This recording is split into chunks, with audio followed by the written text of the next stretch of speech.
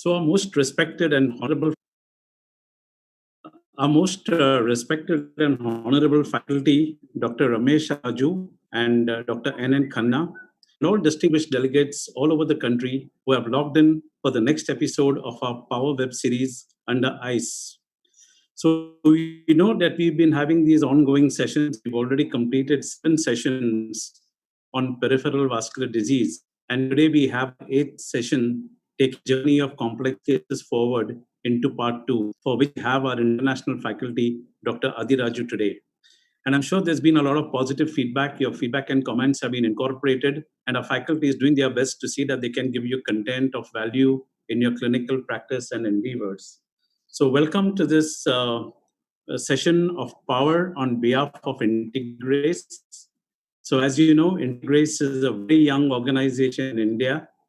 We are barely 1.5 years old. And in this 1.5 year journey, we have already climbed to the number 5 position in orthopedics in a covered market. And in this 1.5 years of journey, we are privileged to earn the trust and confidence of more than 30,000 doctors for our country. We are leaders in the 3 therapy areas of linezolid, celestazol, and fixed dose combinations of pregabalin with nortriptyline and mycophenolate. Coming to our faculty for today, as I mentioned, we have with us Dr. Adiraju. Can I have the next slide, please? So Dr. Adiraju specializes in advanced interventional cardiology, chip procedures, shock and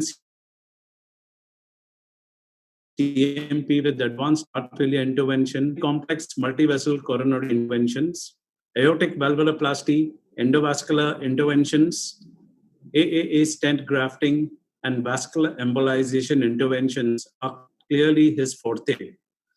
These trials we have gone through, they have become part of practice today. And Dr. Adiraju has been a part of the Essence, Tactics TME 18, Pursuit, Present Plus, Crusade, PI, CIRT. So it's a great pleasure, sir, to have you on board with us. On behalf of all our viewers and Dr. Khanna, I welcome you. Good morning to you. And we are really privileged, honored to have your very valuable participation this evening and more for you. Thank you so much for making it convenient to attend. We also have with us Dr. N. Khanna. So Dr. N. Khanna has really been piloting this series on vascular disease, part of the ICE ongoing course.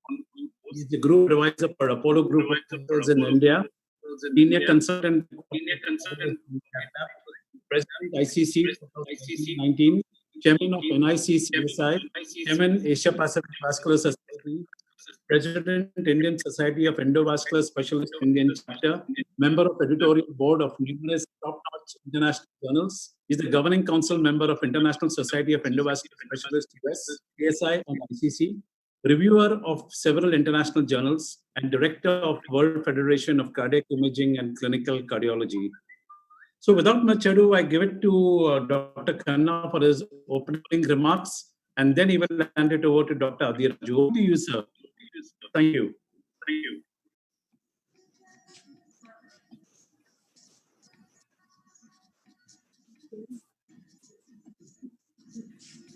Next case, okay.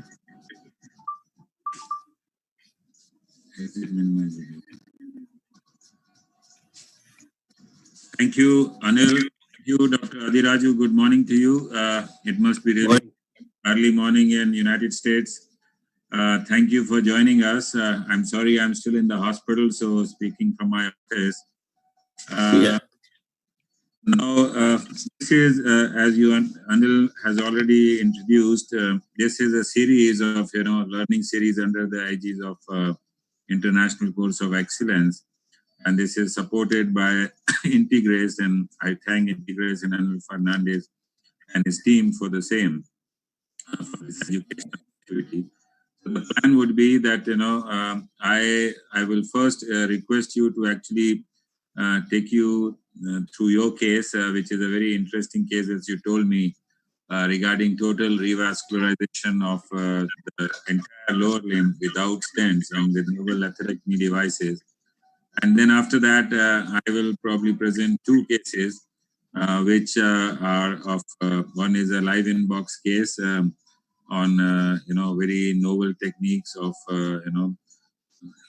doing a EVAR with endovascular aortic repair for a patient with end-stage renal disease waiting for transplant, and also renal stenting at the same time. And the other one is a case of the other one is a case of a very complex right atrial thrombus, which was inoperable, and this patient had to undergo renal transplant. So these are the two cases that are selected for today. And then it actually gives you an insight of removing foreign bodies like thrombosis, intracardiac thrombosis, and way to manage them. And then I think we'll have a good discussion after that. If time permits, we can also have some insights on my approach to BTK lesions. So over to you, Ramesh. Thank you. Can you hear me? We can hear you very well. Okay. Good morning, everyone. Dr. Khanna, thanks a lot for this opportunity. I'm really excited to be part of this webinar. I guess this will be the future for communication for a long time to come. I wanted to present a case of primary optimal atherectomy for revascularization and limb salvage, particularly for long SFA disease, which, as we all know, is a difficult animal to manage and keep it open long term. So, is my screen shared now?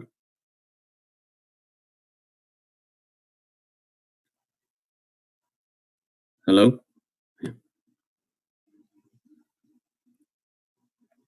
Prashant, should I go ahead with the presentation? Yeah, please. You can share the screen and project your PowerPoint. Okay. Oh, I see. Okay. Okay. Is that clear now? I should be on now, right?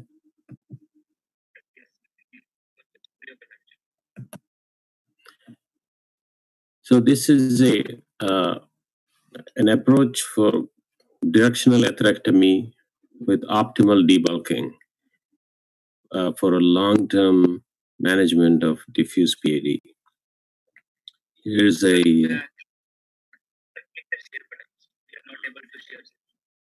we're not able to share. Okay. Let me get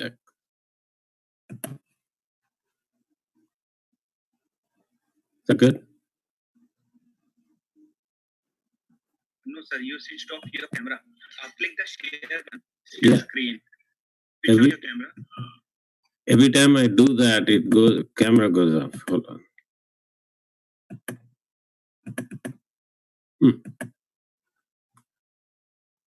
Sorry about that. For some reason, the camera keeps.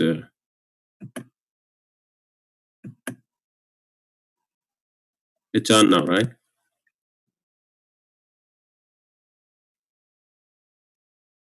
Yeah.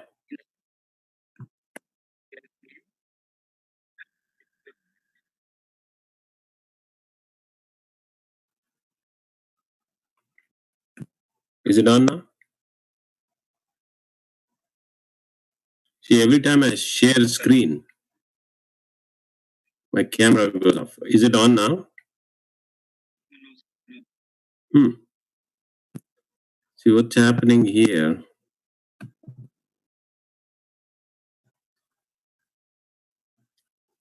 See, when I hit the share button, my camera goes off.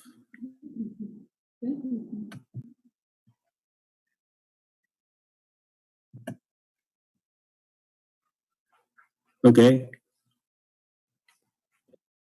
See, when I'm on, when I hit the share button, it's just muting my camera.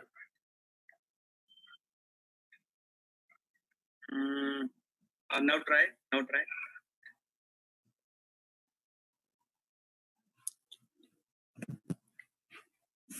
See? No, sorry, I think you opened it twice. You logged in it twice because the voice is coming. Just count one. Log off and log in again.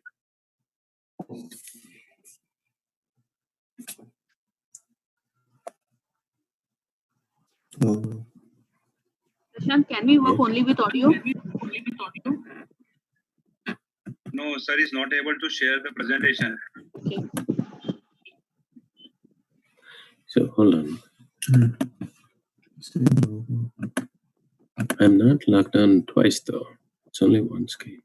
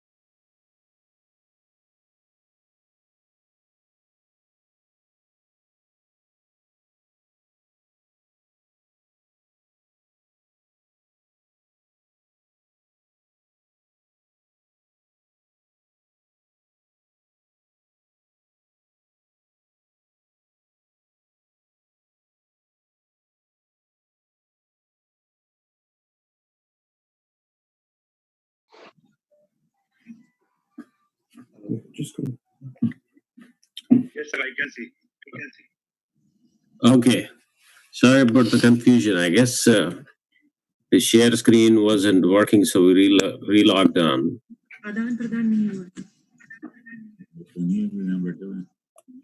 Can you hear me? Switch on your camera also, just on the top.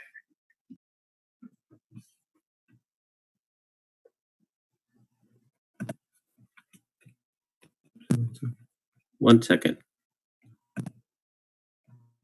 So now camera option is on the top. Where?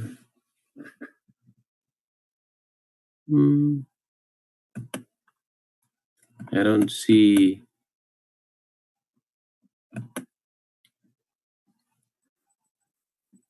I think, sir, that's fine. We can start with the presentation. It's okay. Yes, sir, your camera is on.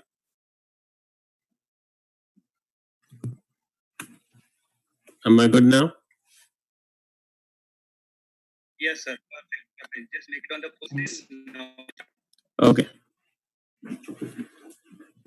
All right. So we good?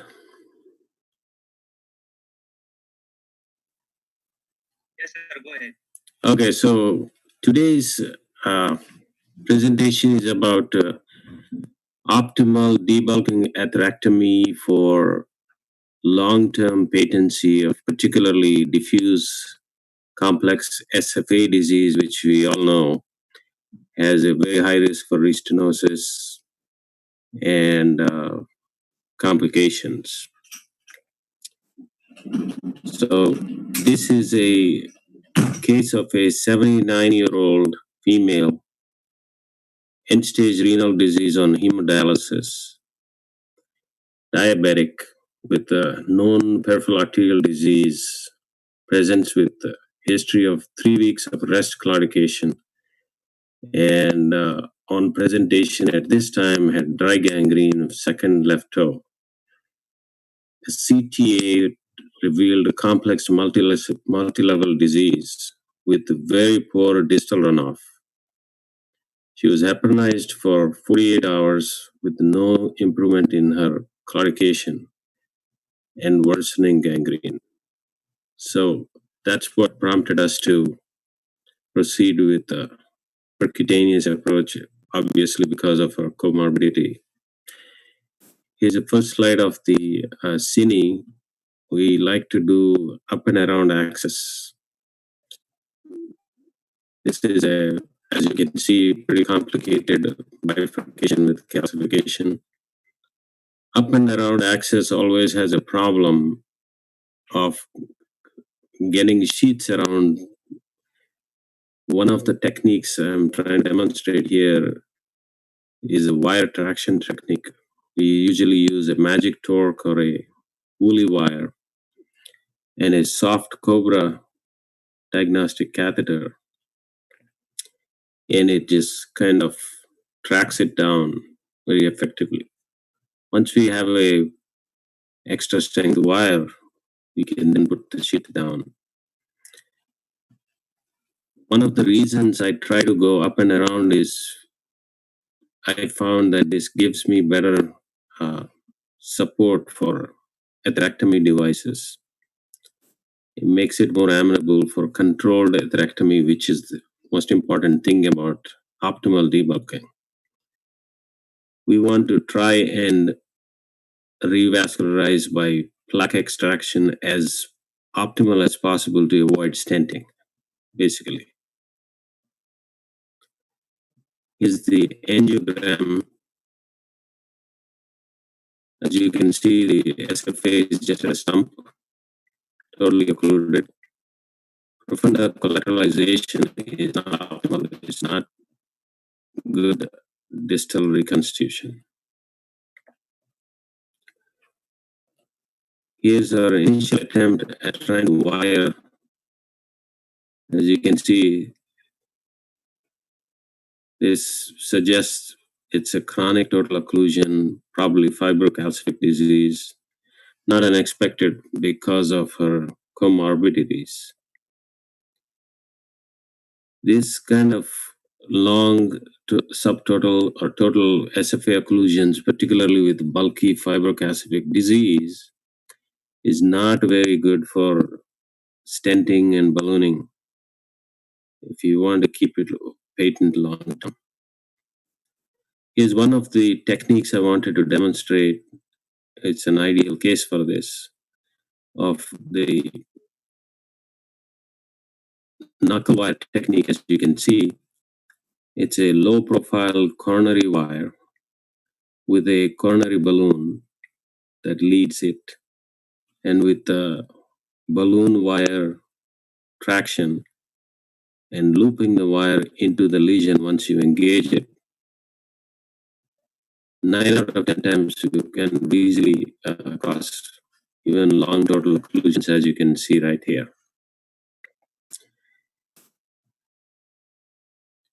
This technique is less traumatic, is less chance of perforation, false lumen, dissections, and it's very effective.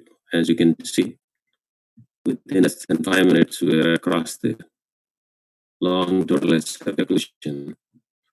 Important thing is to make sure that the wire is in proper lumen distally. Here's a demonstration. That's the popliteal. The wire seems to be in the popliteal, which is also diseased.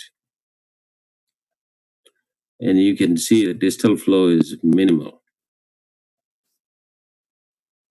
Particularly for atherectomy, we try to use a low profile balloon, the same balloon that I use to support the wire, to pre-dilate the lesion or all along the SFA to prep the vessel.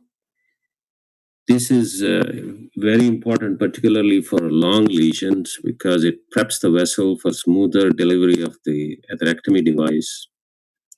It confirms luminal position once you take a picture after pre-dilatation.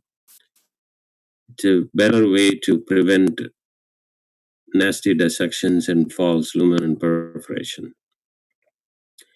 Also, it allows us to assess the plaque properly, extent of disease, and plan optimal atherectomy. Here's the angiogram of this SFA once it was pre-dilated. As you can see, it's complex disease all along, with a little bit of staining seen in the popliteal.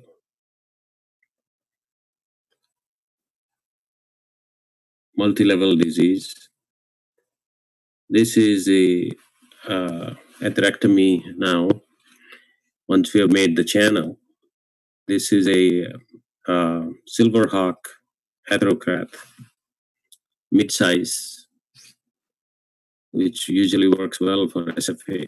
This device has a cutting blade that rotates and moves back and forth in a cell with a distal housing where you can pack the plaque.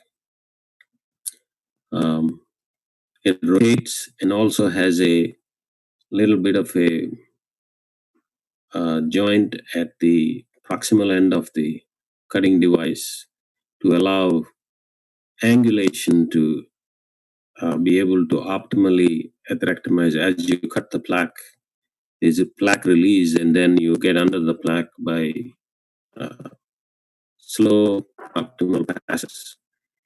The important thing to remember about atherectomy is to debulk optimally, which involves controlled slow passes.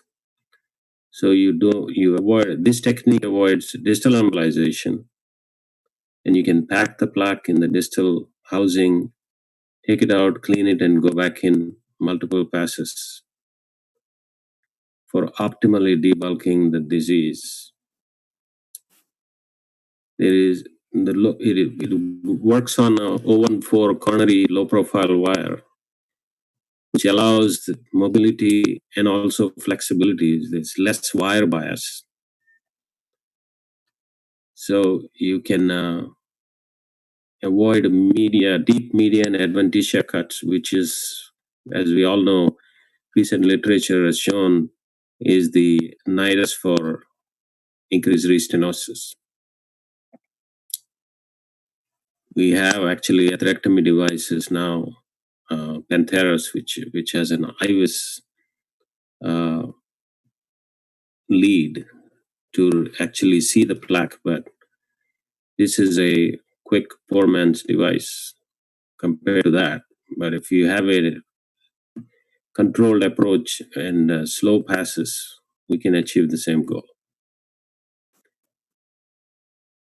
Here's the angiogram after the initial atherectomy. As you can see, the vessel now opened up.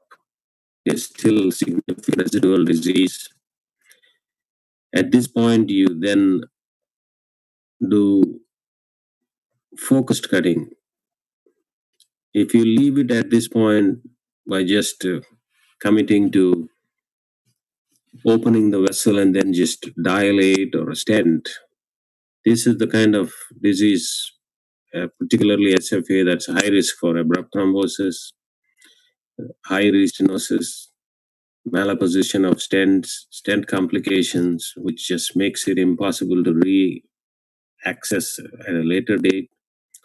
This is also high risk for distal embolization when you're stenting. So we try to go for optimal atherectomy. As you can see, once we knew where the bulk of the plaque is, and if it's medial, lateral, circumferential, we then go focused, multiple passes at focused atherectomy, which is attack the areas which have the maximum plaque, and then go back to clean it up. As you can see, there is good plaque removal. SFA lumen looks good now.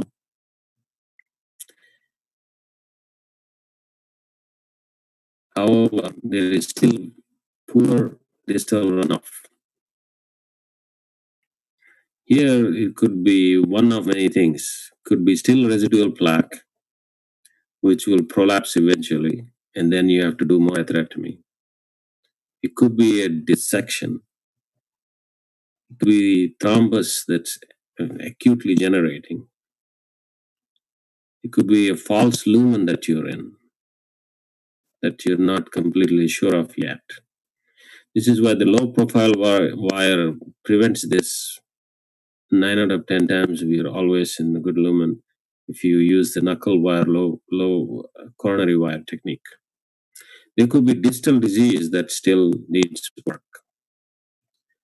Here's the low profile balloon again in the popliteal. Same predilatation with the knuckle wire technique to cross. And then we ahead with the popliteal atherectomy. Once you've done that, as you can see now we have distal established 3 vessel of Belloni. At this point, we then treated the whole SFA with a drug-coated balloon, Lutonix 6x120 paclitaxel coated balloon.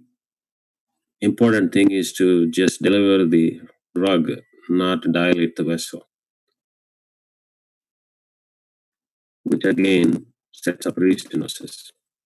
Here now the SFA is nice and wide open. Looks like plaque excision has been optimal. We still have sluggish distal flow. As you can see, once the popliteal is open, you see there has been probably a chronic old spiral dissection at the popliteal, which is why the runoff has been so poor for reconstitution. We then did spot setting using a self-expanding 7x40 live stent. Just deployed, since it's a debulked vessel, all you need to do is to deliver the device, no ballooning. and we were able to establish good distal flow. Her distal DP and posterior tibial pulses were instant.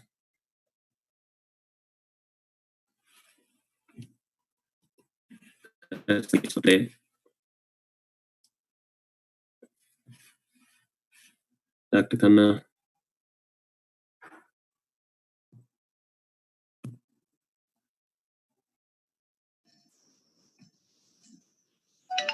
Hello? Yeah, Dr. Adira. Yeah. So, I mean, you do atherectomies for all things because this looks a very promising technique. With no stents, just atherectomies. Yeah. And what long-term follow-ups for these cases?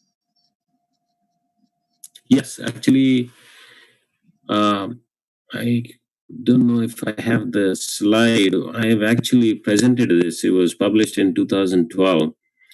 We had our 207 case series at a 3 to 5 year follow up. The restenosis rate was 9%. So, yeah, limb salvage, immediate limb salvage is crucial. But if we, especially in patients who have diffuse disease, complex comorbidities, if we can avoid revisiting them 3 to 5 years out, I think it'll be a good approach. Yeah, that's good. So I think we can keep the Anil. What do you say? We can keep the questions in the end, and I can proceed with my. Yes, we can have your session, and then we can proceed with the questions. So let me just go about it. Give me a second. Let me share my screen.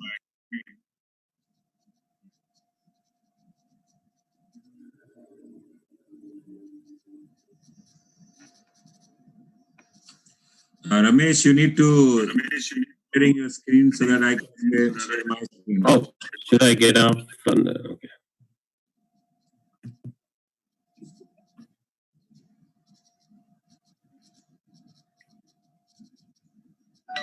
No, your screen is still on.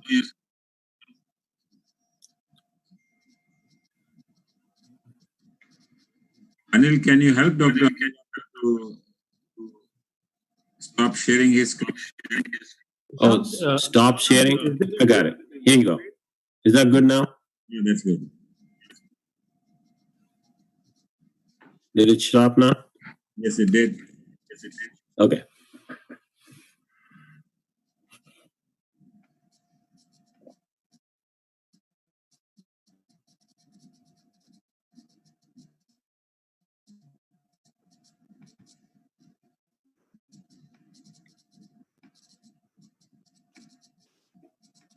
Okay. There we go. So, very interesting case of endovascular treatment of intra-auricular thrombus, and that means the right atrial thrombus. And this is a common problem which we see now, and especially in COVID era, this will be more of significant because most of the intensivists all over the world have actually found that there is a lot of thrombus in the tubes and sheets which they put the intensivist post in the ICU setting. And we get these issues because of our very busy nephrology and renal transplant program. We have a lot of patients with long indwelling catheters for dialysis. We are almost doing 300 dialysis a day in our center. And we are #1 center in the world for last 5 years for renal transplant. Closely doing around 900 transplants a year. So with that load, we see these problems very often. Now, let me take you through this case. This is a 35-year-old male of end-stage renal failure on hemodialysis. He had a renal transplant rejection and he's on maintenance hemodialysis. He was a prospective renal transplant recipient, pulmonary embolism in recent past, And on recent workup, he had a large 6 centimeter thrombus in the right atrium attached to the right atrial wall and to the internal vein catheter. If you see the CT, you can actually see there is a big chunk of atrium. And if you see the CT in the other view, you can see there is a pericatheter thrombus and at the tip of the catheter and the wall of the right atrium, and you can see a big thrombus here, almost as big, twice much bigger than the size of the pulmonary. So we did an echo, and on echo, what we found was there was a big thrombus here, and I can show you in the movie. So, and then there was a question how to actually deal with this thrombus. So I will stop here and take your views, Ramesh. How would you handle such a thrombus in the right atrium, almost ready to embolize into the pulmonary artery? This is a ball wall, twice the size of the pulmonary artery, almost the size of the RVOT. And if it embolizes, that if you pull out that catheter, if it embolizes, you will have a sudden death on the table. So I will leave it to you. You do it, and then I'm going to be talking about my approach. This patient actually came from Nigeria, and so I'm not going to be reading his name, but we get a lot of patients from abroad for renal transplant and with these sort of issues. So, would you let us know how would your approach be? What would you do? I haven't come across that huge of a thrombus, but a lot of times we have done thrombus aspiration from the pulmonary artery by doing aspiration and local TPA, followed by local TPA to take care of the distal embolization, which is the most important complication, is not just extracting the thrombus, but during extraction, you shower downstream, and that becomes a problem acutely and in the long term. As you know, CTPH is one of the most common etiologies for this is chronic thromboembolic phenomenon. Okay, so here the issue is different because the patient needed a workup for renal transplant. He had a transplant. Yeah. He didn't want surgery at any stage. He was very clear he doesn't want an surgery, which is the treatment of choice in these patients. And we were forced to do something by endovascular means. And I was in a fix, whenever they have these sort of issues in the hospital, they need to do some procedure which is out of the box. And I actually saw this patient. I was thinking what to do, and I had to do something, but I had no option. So we said we will decide in a day or two. And then I read about it and I thought about it. My first approach was that if you have a thrombus, because this thrombus, if you pull out the catheter or if it dislodges, it will have a sudden death because it's go and plug the RVOT. So my thought was that, all thrombosis, chronic thrombosis also have an acute component. So any chronic thrombus will have an acute component. That means if I lyse this patient, most likely the acute clot would go. And this patient would actually, the clot size would reduce. And that's what I did. Right. So now, here, this is post-lysis, what we see from the previous picture. Dr. Khanna, I cannot see your video.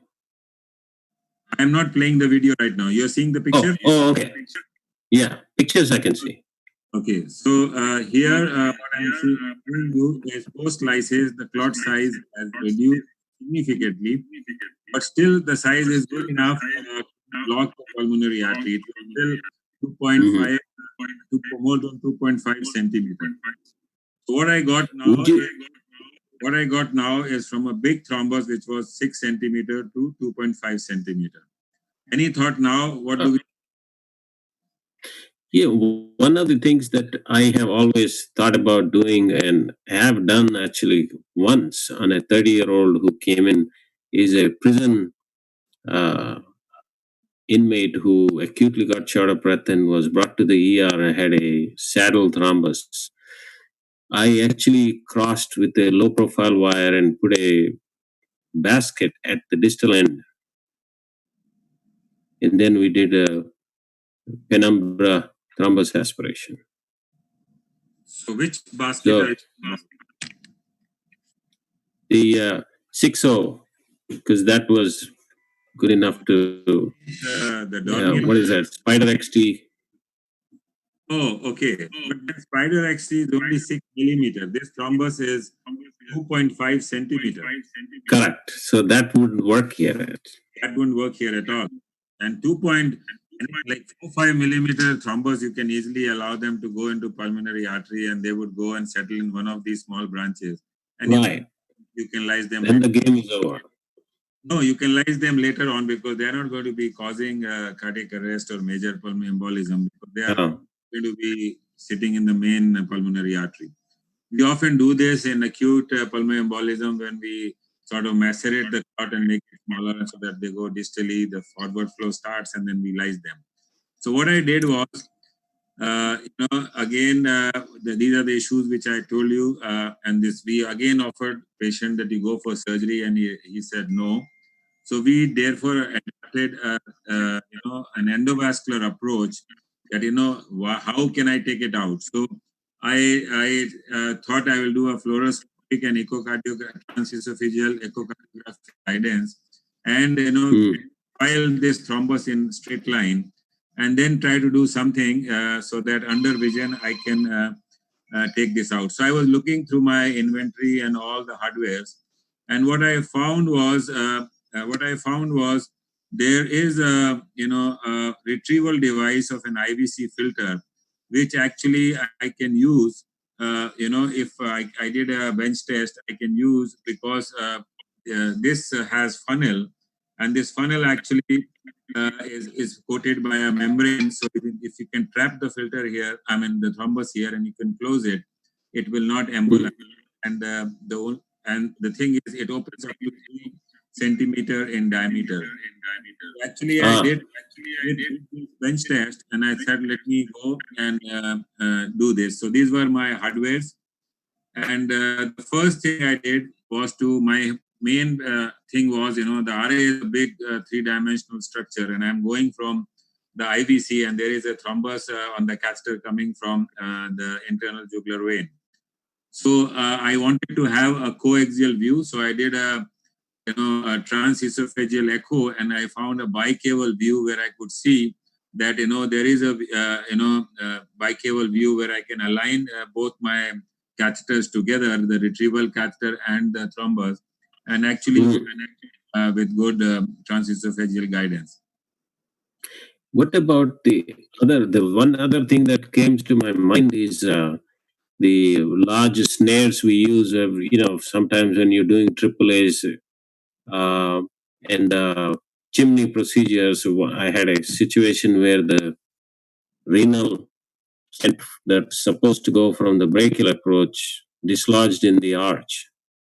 No. So we then went from femoral and actually used like a big snare to trap it carefully and pull it out into the. What happen is you can catch the thrombus with a snare, but the moment you pull it out, it's going to break. And once it breaks, it's going to break. That doesn't serve the purpose. And this retrieval system actually had a membrane, so it will catch it in properly, and it will pick it up embolizing. So that's why I chose this when I was seeing the inventory. Nice. And then this was like intuitive. And my whole thing was how to tap it in a 3-dimensional view with 2-dimensional imaging. So we took the help of both fluoroscopy and transesophageal echocardiographic guidance. We had a bicaval view. Here you can see we passed in a wire from the jugular vein catheter and got it all the way down into the femoral vein, so that we had a railroad, and on that, what happened? I lose my slides here. Oh. Yep. Okay, can you see now? Yeah, but here, I can see it now. Okay. So then, what we did was we got the wire from the top to and snared it out of the femoral vein. On the femoral vein, we got our our retrieval system. And then once we were under the fluoroscopic guidance, when we are coaxial, because we had a wire, and on the wire we got with our retrieval system. So we were coaxial. We checked on the transesophageal echo, and under the fluoroscopic guidance and also transesophageal guidance, we opened this retrieval device. So here you can see this open retrieval device with prongs here catching the clot on the transesophageal echo, and this is a simultaneous angiogram showing how we capture the clot. So we didn't have, there's no way we can have it three-dimensionally, so we took help of two imaging systems. We got it en masse, keeping it coaxial. And then following that, on the echo, there was complete, we could catch the thrombus, and there was no thrombus left there. This is the final angiogram. You can see the clot is taken out without any embolism of the pulmonary artery. So this is the clot which we retrieved, and these are the CT angiograms before and after. You can see the clot has completely disappeared from there, and there is no pulmonary embolism. And this is also echo done at the same time where there is no clot. So these are the okay, so let me go through this also. Then we had a similar patient. This is another patient who came with similar issues, and we had a clot here. What's happening? In the atrium. Yeah, in the atrium, similar problem. But okay. Let me just skip this because these are not playing. Battery is running low. So this was the first case which was actually described as successful thrombus removal by this novel technique. This was published far and wide. Now let me just take you through a view of literature. So we have two types of thrombus. One is RA thrombus in transit. That means a thrombus coming from the inferior vena cava or coming or from the lower limb veins or from the upper limb veins, and you catch it there. And normally you thrombolize these patients because you can see it happening. And the other one is the one related to the catheters. This is known as CRAT, or catheter-related right atrial thrombus. Now, catheter-related right atrial thrombus is a rare but underreported and potentially life-threatening complication of central venous catheters. And this has become a very important issue now in the COVID era, because the COVID is associated with oncogenic complications. And this led to the first observation that, these catheters were clotting and the PE risk was higher. And that is why there were issues with, there were insights that we should anticoagulate these patients and even thrombolize these patients as soon as they become high risk or need an ICU setting. Now, the incidence is 2 to 29%. Mortality is 18% in hemodialysis patient and 40% in non-hemodialysis patient. What are the management of treatment should be individualized according to the extent of thrombus. I think Dr. Adiraj, you can switch off your mic, what it would be, because it's echoing, and then whenever you need you can just put it on. So we have catheter-based management, as I have told you. We have anticoagulation regimes, which is heparin. We have thrombolysis, which could be systemic or catheter-directed.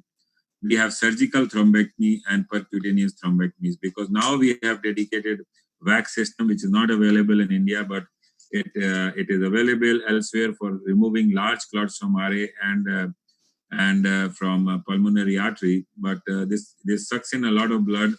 And this system is good, very expensive, but not available in the country.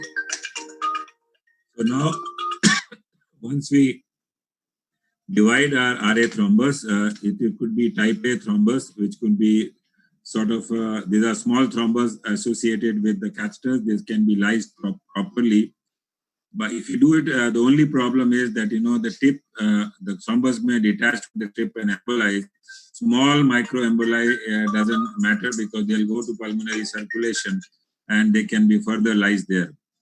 There have been 4 case reports which they on use of streptokinase and RTPA in 2 cases with viable outcomes. The percutaneous removal for CRAT with fluoroscopic and TE guidance using basket retrieval devices in right atrium through femoral vein.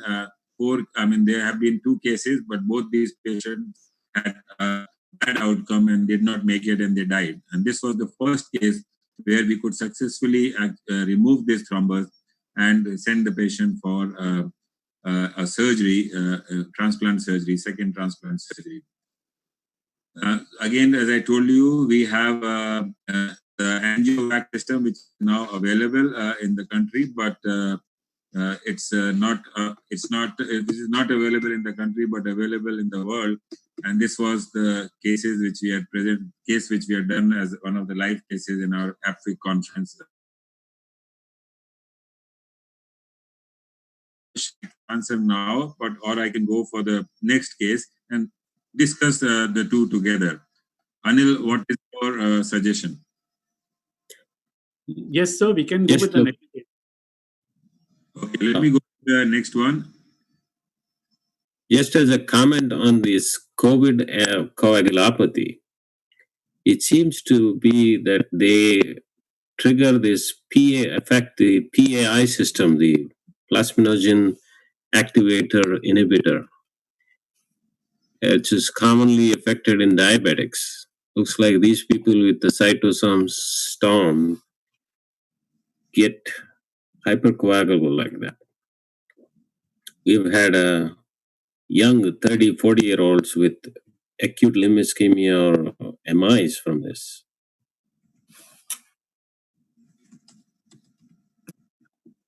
I'm pulling out the second case. Just give me a second.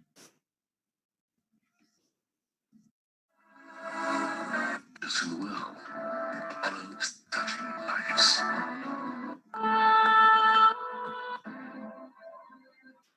For an ultrasound for which you will do a look. Life for thousands of cardiac patients. Prevention and treatment of heart disease has led.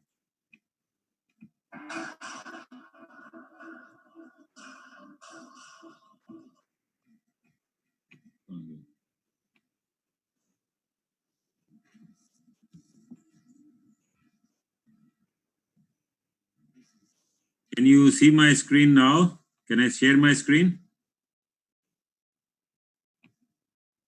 Yes, I can see your screen.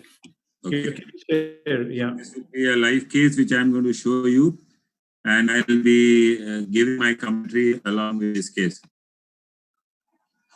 This is another case which we did recently.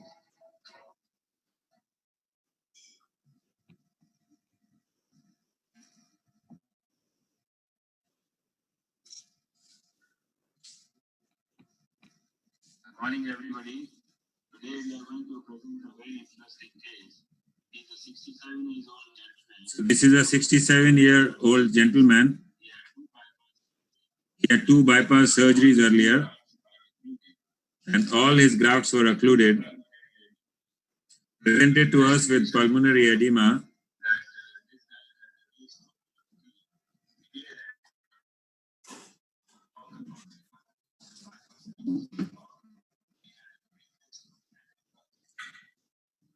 And this patient also had 2 coronary angioplasties to the RCA. And the patient also has a renal artery stenosis and LV dysfunction and a large infrarenal abdominal aortic aneurysm and LVEF of 35%. And the right kidney, right renal artery, right kidney was not functioning, and he was just surviving on the left renal artery. And this was leading to his issues. This patient also, this is a 10 centimeter aneurysm very tortuous aorta and aortoiliac vessels, and very angulated neck, and associated with left renal artery stenosis. So I'll stop here and take your comments here. So this is a patient. This is a patient who is had 2 bypasses, 2 angioplasties, LV dysfunction,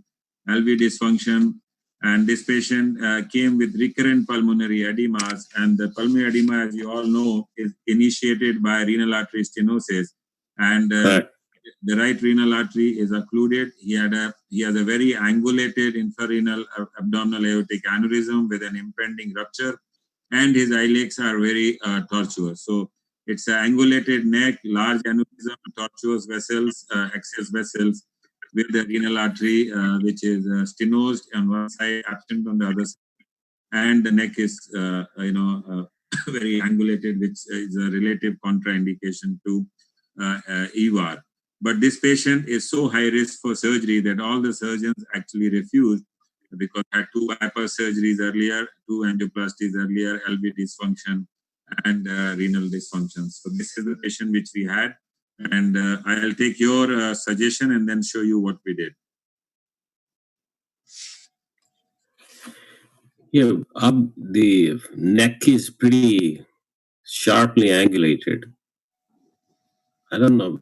Iliacs, once you have extra stiff wires, can be straightened out, but to protect the kidneys, I would have thought about doing a brachial approach to stent the renal, and then do a AAA stent graft from below, like a chimney procedure. Right. So that's one of the approaches, but what we did here was something different. I mean, the problem issues here were, not only that the neck is very angulated, but the neck is not very long, the infrarenal neck. Right. So, and because of this angulation, whatever graft you put, this is a contraindication to put an EVAR graft, but whatever graft you put is actually going to migrate down, and there will be a type A endoleak in the times to come. So the stability graft is a big issue, as well as there will be a kink in the neck.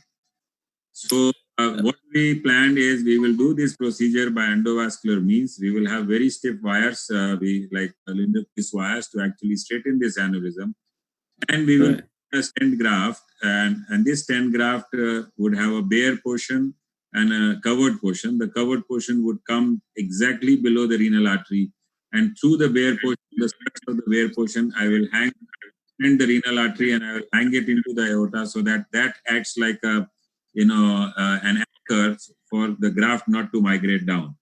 So this was and this I did, and I'll show you how we did it and what the final results which we got. So I'm going to play this. One other graft is the endologics, which is like a distal deploying system that kind of bifurcates. So this is the CT angiogram showing you the thoracic aorta, descending thoracic aorta, and this is at the level of the diaphragm, and now at the level of the celiac artery uptake. And this is, you can see a big aneurysm, which is infrarenal, and this goes all the way up to bifurcation with very tortuous vessels. Now we took him to the cath lab, took a 145 device from Medtronic. So I'm just going to show you how we prepare the device. What we do is we have to flush this device and keep this nose cone up, so that there is no air which is left in the system. And then we have a femoral cut down. It was a previous case which was done as a live case. Now we no longer have a femoral cut down. We actually do it percutaneously with pre-close techniques. Now here, if you see, we've got a wire into the renal artery. So we know exactly where the coronary wire, we know where the renal is. And then we go ahead and deploy the stent graft in such a way that, the covered portion actually is just below the origin of the renal artery, and the non-covered portion is above the renal artery. So I'm going to now proceed with this. It is a very simple technique of slowly withdrawing the sheath once you are placed in the stent, making sure the stent doesn't move. And that requires a little bit of skill, because even if it moves a little bit down, your whole concept and your whole procedure is going to be, not worthy of doing it, because you will not be able to do what you really wanted to. So we withdraw the sheath. It is a very simple anti-clockwise rotation, of the handle, and this delivers the stent. So you see the entire stent is delivered, and but the distal nose cone is still not opened up. And then we open up the nose cone, and we open the device completely. So here you see this is where the covered portion starts, and this is the wear springs. And from here we intend to put in a renal stent. So I'm going to be skipping the major steps, but it is then we pull out the main assembly, and then we take a balloon and dilate it to have a good seal in the neck. Now you can see how small and angulated the neck is. And this is a coda balloon which will oppose this to the neck of the aneurysm, and you have these hooks here, barbs and the hooks, which will anchor the aorta and aortic wall. So you dilate this proximally and distally, and then you go from the contralateral side. I have already explained you the steps of endovascular aortic repair in one of my previous presentations. It is a simple thing. You cannulate the contralateral gate and then put in the contralateral limb. And then what we do is we do aortic angiogram by putting in a pigtail.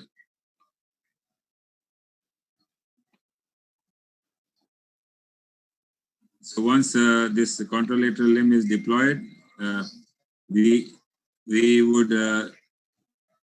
then go we could also go here, but we thought since we have an excess, we went from the femorals, and this is trying to cannulate the renal through the struts of this stent. So you can see the stent is right the top edge of the strut. We have to go just below this to anchor the stent properly.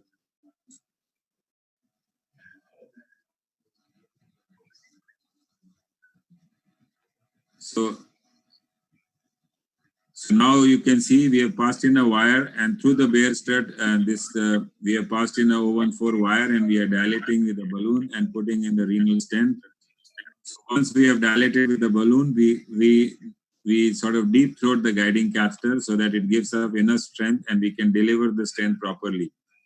Here we used a 9 millimeter diameter Genesis stent. This was actually a iliac stent because this renal was big. And this is the final result. So now what you can see here is we have got a very big renal stent properly anchored inside the aortic stent graft. And the wall is actually well opposed. And the renal stent not only opens the renal artery but also fixes the aneurysm proximally. So you can see how meticulously this has been done. This technique has never been discussed earlier. This is known as the renal anchoring technique for aortic aneurysm treatment of angulated necks, and this is the final result which we have got. And this we did in a contained rupture of aortic aneurysm. So these are the pre and the post pictures. You can compare. This is the pre and this is the post. So you can compare and see how meticulously this has been done. This was a part of the live case, so I'm going to be stopping here. And if I see the time, it is already 7:30. So I will stop here. Will not show you the third case and take in the questions. Is that okay, Mr. Anil? Yes, sir. Yes, sir. There are not too many questions. So if you could spend another 5 minutes on a case, I guess it could be good because there are not too many questions. Okay, so you want me to show another case or this case itself?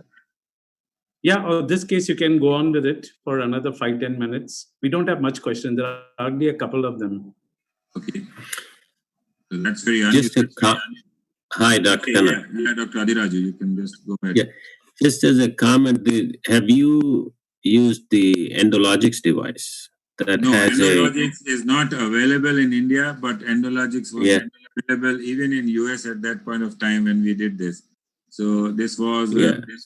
the Endologic era.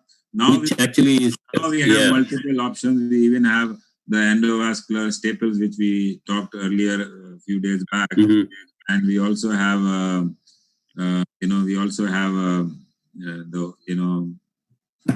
Helix device, which actually takes care of all these issues, and we also have the multi-layer flow modulators. The flow modulator would be a nice case for this. I mean, the Endologics has its own. It deploys distally and has the anchoring system, but the migration is minimal with it, and you don't have to struggle wiring the contralateral gate because it comes with the wire that you snare from the same side. And so that would be another useful device for a case like this. Fenestrated grafts. You've been doing your own fenestration, or we do our own fenestration. Many a times we do our chimneys also, but chimney was not a good option because the neck was correct.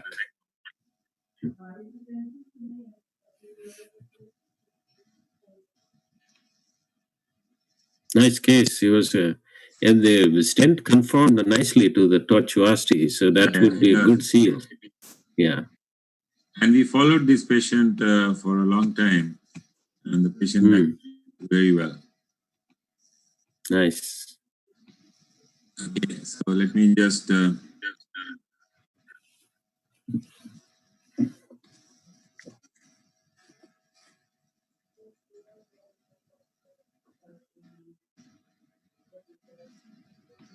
Okay, Anil, so quickly, let me open this presentation.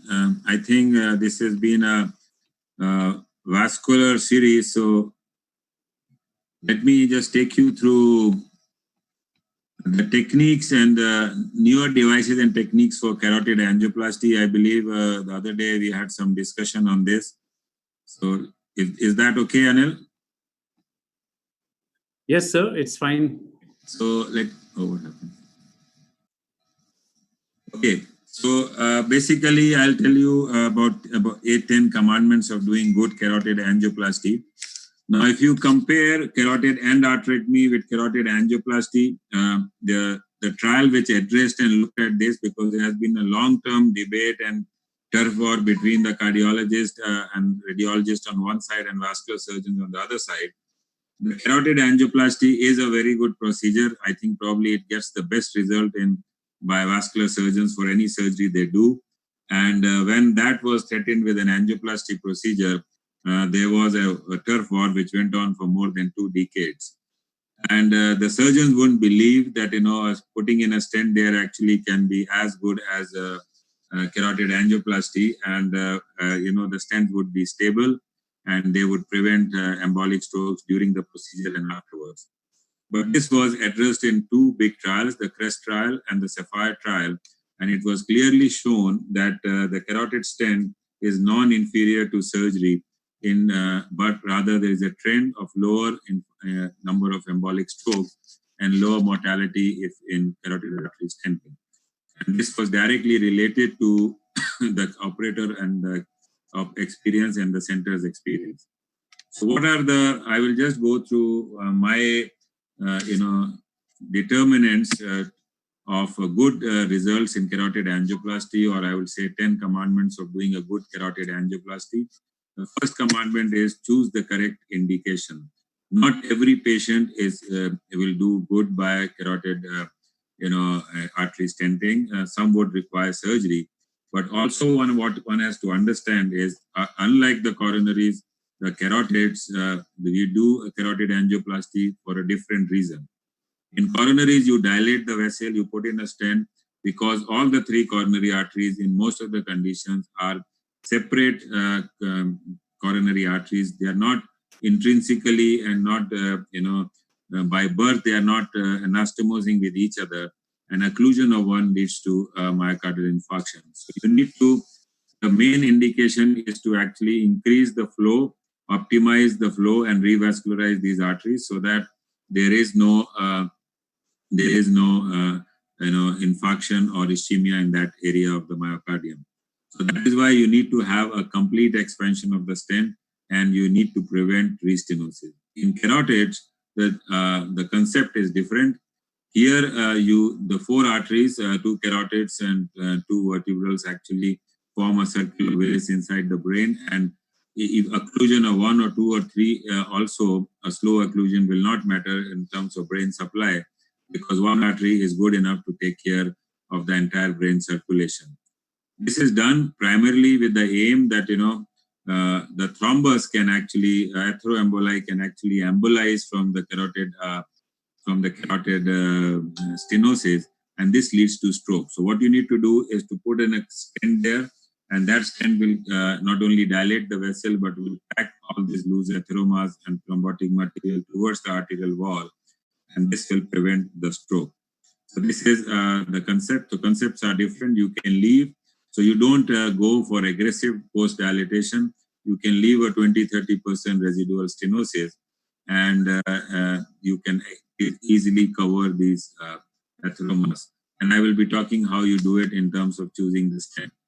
So what are the indications? The indication, the first was the right patient. The second is the right indication, which is if you have a symptomatic patient with more than 50% stenosis on angiogram or more than 70% stenosis on an ultrasound, and you have a center or a operator where the peri-procedural stroke risk and death is less than 6%, then this is a class 1 indication to treat these lesions. Now, the third commandment is good assessment of anatomy. Now, whenever you're doing a carotid angioplasty, you need to understand that there are multiple, sites for atheroembolism. The most important site could be at the carotid bifurcation in the internal carotid artery near the bulb. Other sites could be in common carotid artery in the arch of aorta, or to artery embolism inside the internal carotid artery.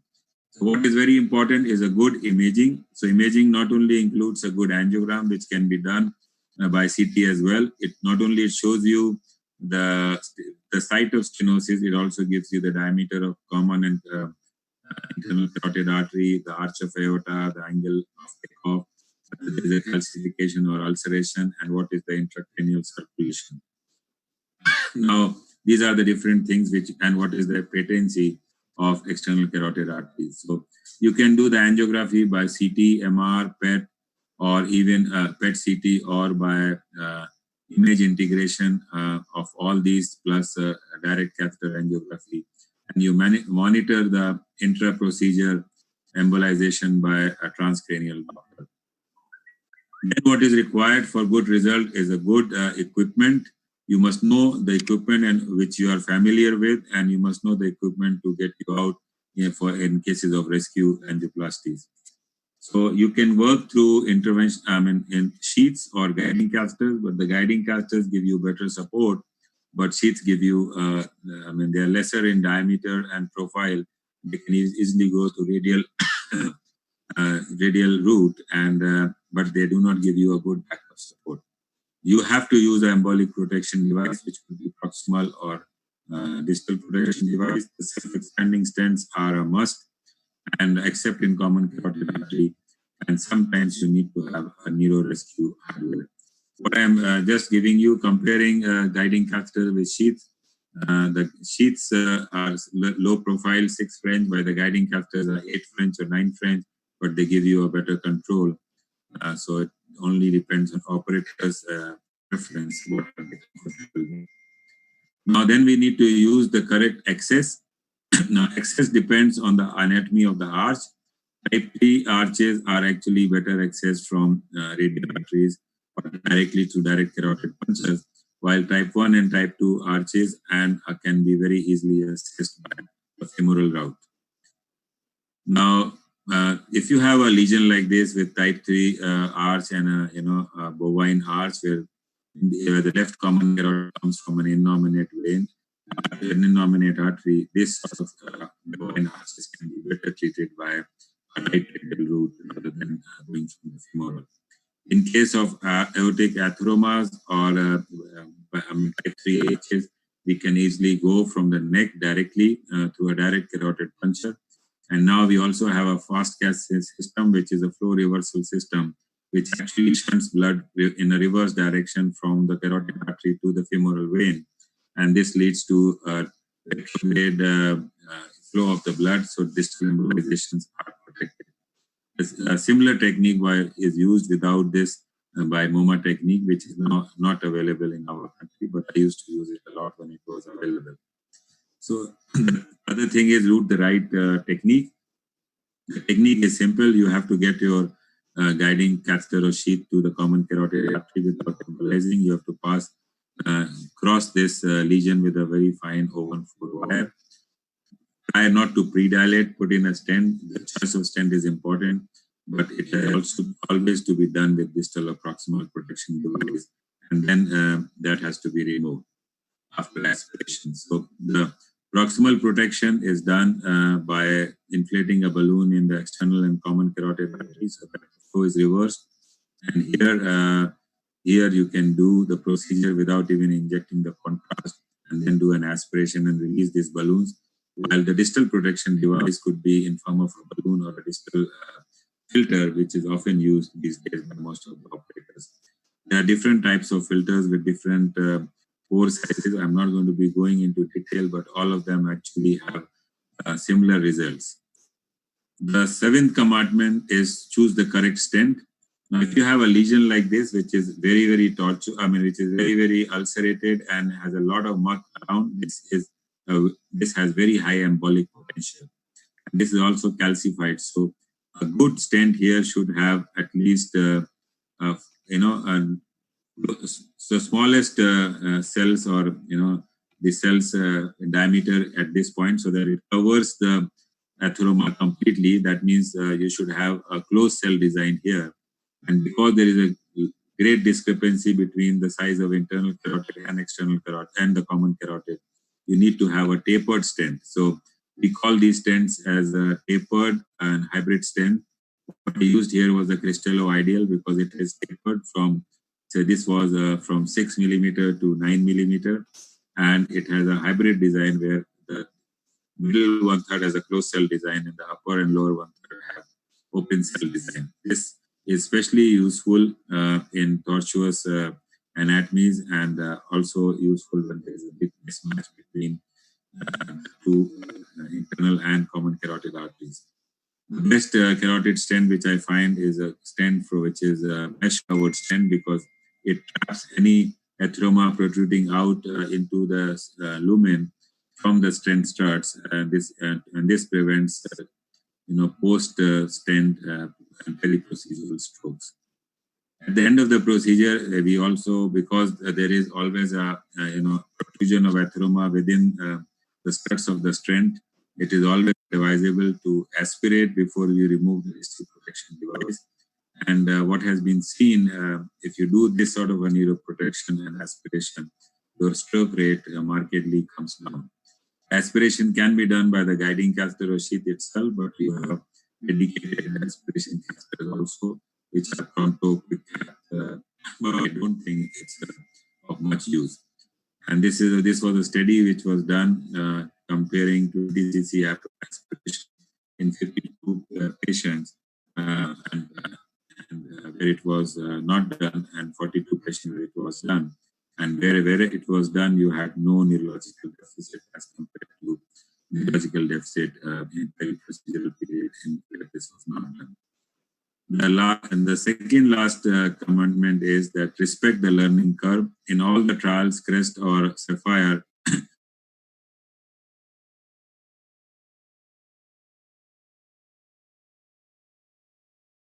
centers which were doing more cases and they started having lower complication rate over a period of time as compared to centers which started with their angioplasty work and in an early situation.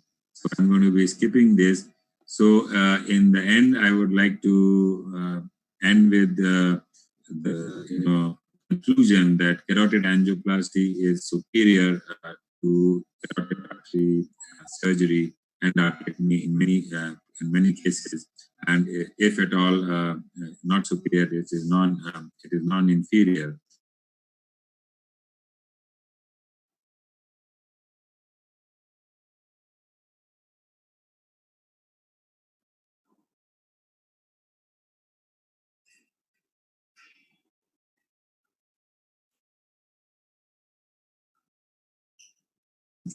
But what is very important is you should have a good indication, an experienced operator, and have a good needle protection. Also, what is very important here is carotid stenting is only done for symptomatic carotid occlusion or stenosis, but never done for asymptomatic patients, irrespective of what is the degree of stenosis you have. So I will stop here. This was a case which I think it's a long time, so let me just quickly run through this. Whenever we are doing carotid angioplasty, we do a 4-vessel angiogram. And once we do a 4-vessel angiogram, whenever we have a stenosis, what we do is this for the proximal protection, we put in an external carotid and common carotid balloon. We profile the lesion in the internal carotid, and post that we go with a roadmap, and then after that we pre-dilate the lesion here because there's no risk of embolization. Then we put in a stent, which is a sheath cover stent, and which is delivered by withdrawing the sheath. And after putting in the stent, we get the final result. And then if you have a lesion on the other side also, you can treat the lesion at the same time if the patient accommodates. Otherwise, you should ideally do it in the next sitting.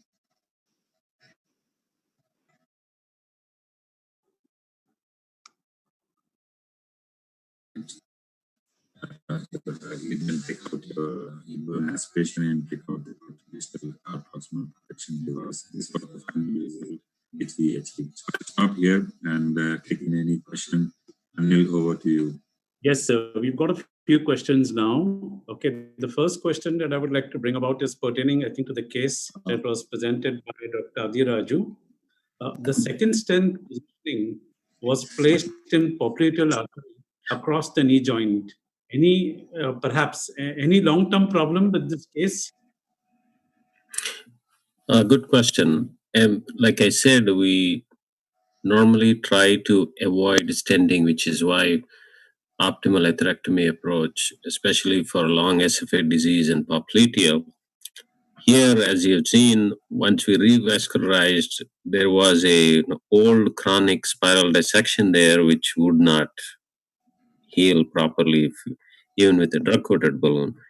This is the stent we used is a life stent, which is a nitinol self-expanding stent, and the durability of that from any stent fractures or restenosis is pretty good at long term, well above 80%. And if you have debulked the lesion and then placed the stent, then there's less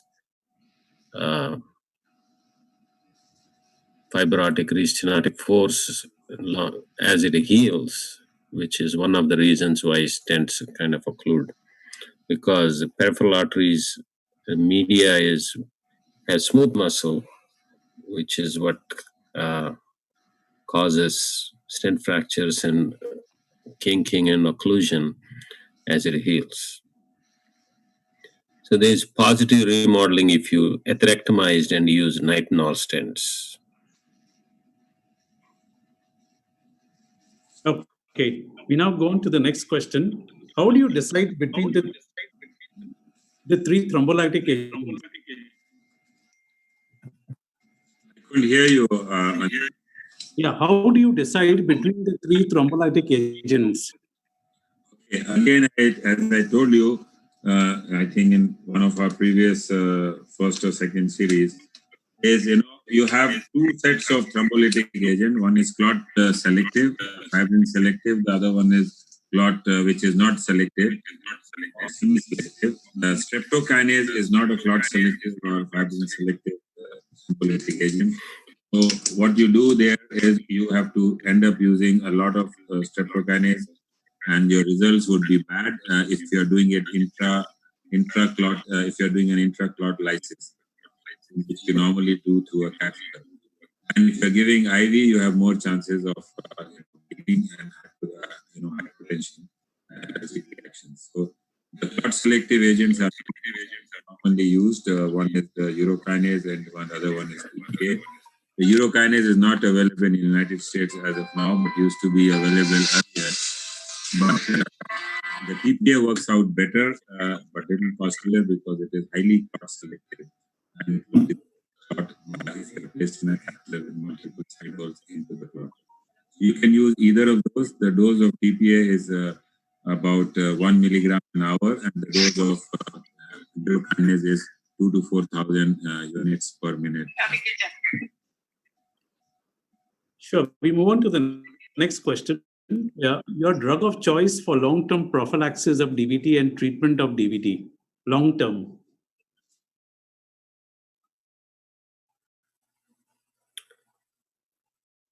Hello? Dr. Khanna? Okay, I didn't get the question. Can you repeat it? Your drug of choice for long-term DVT prophylaxis and treatment. Drug of choice for? DVT. Prophylaxis. DVT prophylaxis. Okay. For DVT, my drug of choice is a NOAC as of now. And in NOAC, it could be either dabigatran or rivaroxaban or apixaban. My drug of choice would be either of those. It doesn't matter. But normally, I use more of dabigatran just for the reason that, have an antidote available readily in the country. But either of the three are good enough. Yeah, actually, there is now literature of benefit. I used to do this routinely of combining low dose NOAC with silestazole for even PAD prophylaxis, particularly in diffuse disease elderly. That's a good combination for DVT and arterial prophylaxis. Sure. Arterial, there's no doubt about it. Yeah. Silestazole is an excellent drug, and low dose rivaroxaban is a good drug. You can use aspirin with low dose rivaroxaban, as in Compass PAD trial or Voyager trial, and And if we are not following this trial, we use silestazole with low dose rivaroxaban. The next question is it worthwhile asking for expensive thrombophilia profiles? Your voice? Yeah, it's cutting off. Yeah. Expensive thrombophilia profiles, is it worthwhile asking for? Yes, in DVT, yes, definitely it is very important. Unless you have, suppose you have a provocable cause of DVT, like, you have a cancer patient, or you have a patient who was immobilized, patient who had a surgery. Those sort of patients, if you have an unprovoked DVT, definitely, especially in a young person, definitely you should have a thrombophilia profile. And what we have found in India, apart from the conventional testing which we do for protein C, protein S deficiency, or factor V, lead-in mutation, we also have seen that we have a factor 2 mutation, and we have MTPHR mutation, and also hyperhomocystinemia as a very common cause in Indian patients, correctable causes, and should always be screened, because not only it gives you that you alert these patients of thrombus anywhere in the body, but also it gives you indication that you need to give these patients a very long, maybe a lifelong dialysis. Abhiraju, I think you should mute it, all of us. Once we answer only, then we should put it on. Because yeah, actually, one other subgroup or two subgroups of patients where there is a hypercoagulable state is diabetics and women. Seems to have a dysautonomia, which is my passion. induced hypercoagulable state in these patients, which is related to the PAI system. They do really well with, again, NOACs along with antiplatelet agents.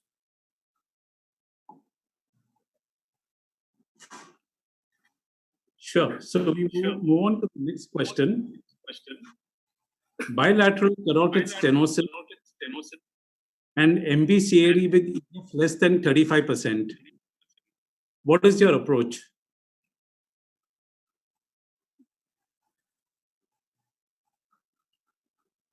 Hello?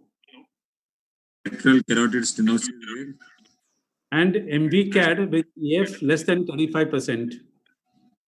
Okay. So now again, it depends on two things, as I told you. We need to know whether the patient is symptomatic or asymptomatic. Right. If it is a patient is asymptomatic, you need not do anything, because irrespective of degree of stenosis, in asymptomatic patients, the optimization of medical therapy works, as well as rather than interventional or surgical treatment. Now, if the patient is symptomatic, the symptomatic could be in two varieties.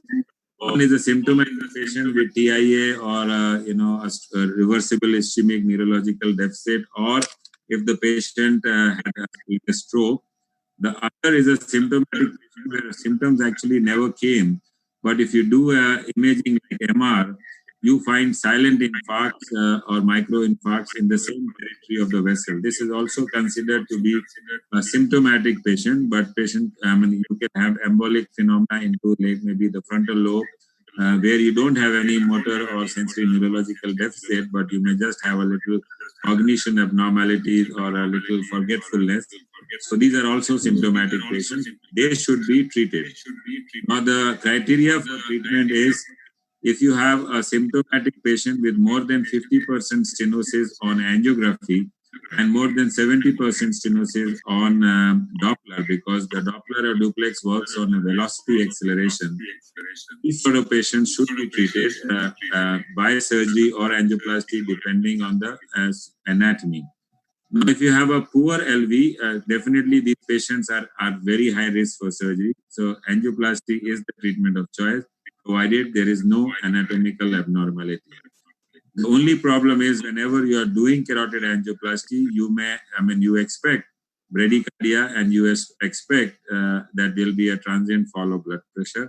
So you have to be making sure that these patients do not have coronary artery disease, or even if they have, you need to have good hemodynamic support, either by pacemaker or by drugs, so that you can tackle these patients and they don't get slip into a spiral of worsening heart failure and ischemia. So if you take this into account,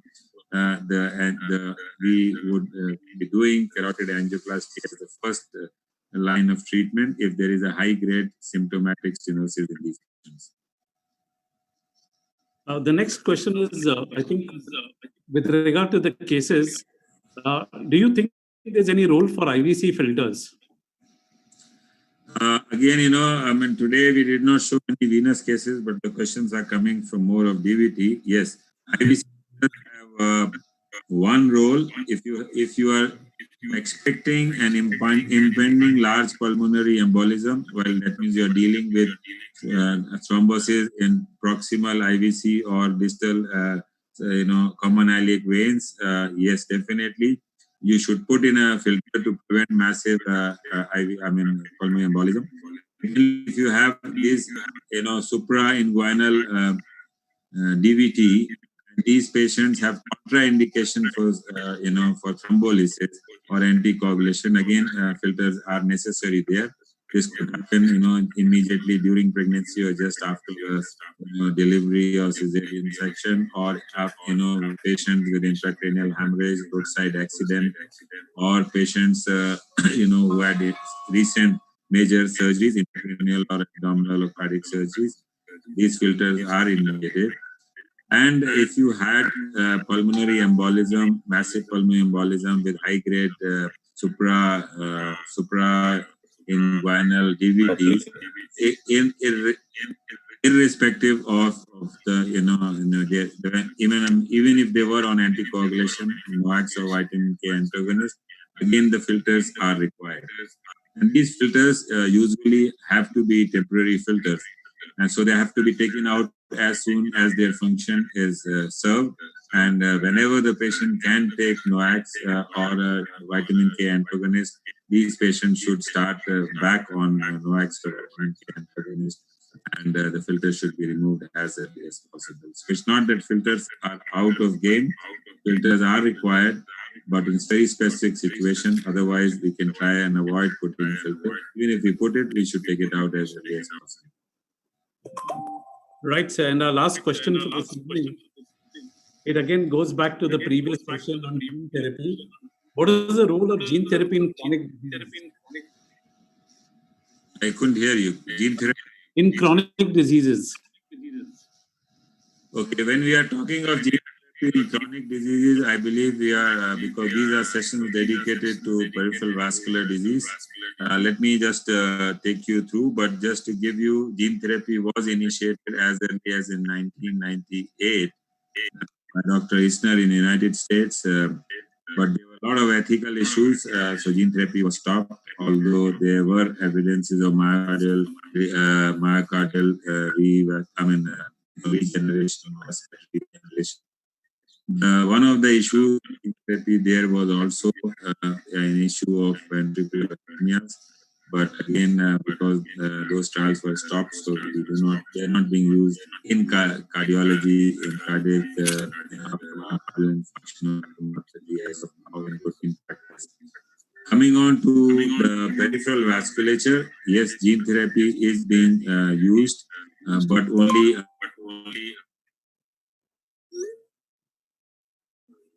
the talk that we use plasmid or naked DNAs and inject them. They work very well for angiogenesis in the lower limb. But what scores over gene therapy is autologous stem cell implantation in these patients. I'm getting an echo back. Can somebody mute all other mics? Okay. So is that okay? Mr. Fine, you can go ahead. Yeah. So, so as I discussed last time, what scores over gene therapy is autologous stem cell therapy, which is done by taking out the autologous stem cells from the islet crest, centrifuging them, concentrating them, and then delivering them via the arterial route into the ischemic limb and also directly into the muscles. When you inject directly into the muscle, you inject at a distance of 1 centimeter and inject 0.75 ml of this autologous stem cells. And then you inject cytokines to actually to drive these stem cells so that they are better home. And then these are, after homing, they actually convert themselves into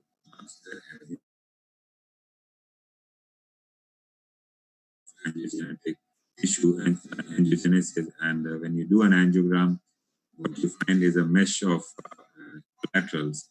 And these patients have increase in TCPO2, increase in ABIs, and also decrease in the amputation rates and improvement in the rehabilitation and better wound healing. This is all what we discussed, I think, in the last webinar.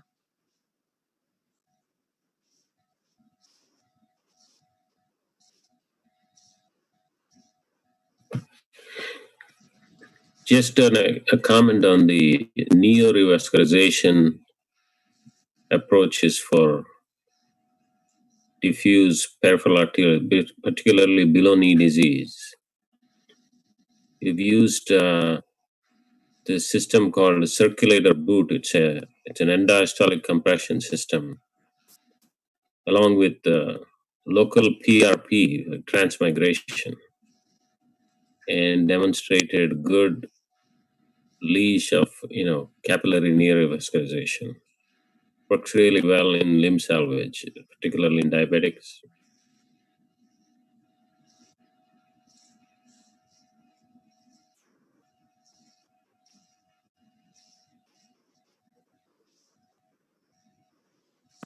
Before we have the conclusion of vote of thanks, I hand it over to Dr. Khanna and Dr. Adiraju for the key take-home messages and summary of today's proceedings. Okay, what I would say is we had a good session. Dr. Adiraju actually showed a concept of extensive atherectomy in the lower limbs as opposed to putting in a lot of stents and materials. And the other techniques which we showed was also the techniques of doing a good angioplasty for carotid arteries, and also how to retrieve a large right atrial thrombosis from the intracardiac chambers, especially the atrium, which has become a common problem, and these can also be extended to remove foreign bodies, to remove other types of RA and RB thrombi and muscles. And we also, there was a discussion and we showed how to manage very complex aortic aneurysms with LV dysfunction, single renal artery with high grade stenosis, recurrent pulmonary edema in patients who are inoperable because of high morbidity because of LV dysfunction, previous to cardiac surgeries and angioplasties, and advanced age, and how to actually modify the techniques and use renal artery stent to anchor aortic stents. So this is what we showed. These are very unusual cases. All of them have been reported, extensively reported, and presented all over the world. And because this was the second series of complex cases, I thought we must have more advanced techniques and procedures after showing the basic ones. I thank Dr. Adiraju and I thank you, Anil, for this, taking people through a spectrum of peripheral vascular diseases and interventions. And I'm very thankful to Integrace for organizing this program. And also to Dr. Adiraju, who in the morning hours came and actually, enlightened us with his passionate work on atherectomy for peripheral vascular disease. Actually, he has been a proponent of atherectomy for a long time. So it wasn't that popular now, but again, now it's becoming the treatment of choice, and the entire world is actually looking at this possibility of definite and the best peripheral vascular disease. So thank you very much, Dr. Khanna and Dr. Adiraju. I think we've traversed a great distance across the complete spectrum of PV.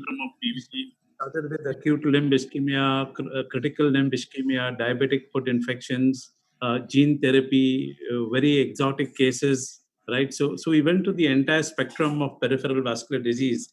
And thanks a lot for your very incisive and expert elaboration. That's been a great source of learning to our audience. And this is completely evident in the kind of feedback and responses that we keep getting on the chat box. So in every session, there are comments like this is a very useful and informative session. And for that, I think we would like to thank all our faculty who've been part of this very engaging series. Dr. Adiraju, a great pleasure to listen to you once again. I think viewers in India are familiar with you because you do keep visiting for our conferences, and our cardiologists and internists do have the pleasure of listening to you. Thank you so much for making it convenient to be there for today's session.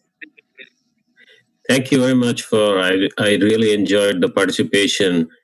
Like Dr. Khanna said, I've been associated with the EPIC conferences for a while. In the recent past, I haven't been able to make it to them, so it was a pleasant involvement in this web conference. There's a couple other things, with the COVID situation, coagulopathy management, I think, is going to become more and more in the forefront. We had a good discussion about that. And, simple approach to complex disease is also going to be in the forefront. Directional atherectomy, maybe I will share a few other cases of primary atherectomy elsewhere. Like I have a couple interesting cases of renal artery stenosis with primary atherectomy. I think we'll share that in the future conferences. Sure, doctor. Thank you so much. Thank you, We had Dr. over Adi. I have to go to the cath today. lab to do some JJ. Sure, sir. Thank you. Thank you very much. Thank you. Thank you. We Thank had you. over 730 logins today, which is quite encouraging. Thank you so much. And we'd like to thank all our delegates for being here. Thank you. Have a good How day. many logins were there? 7:30. Oh, good. Very good. And maybe thank you to all of you. Stay safe and be on your Same phone here. Stay while you safe. are. Yeah. Thank you. Thank you, Dr. Adiraju. Have a good day ahead.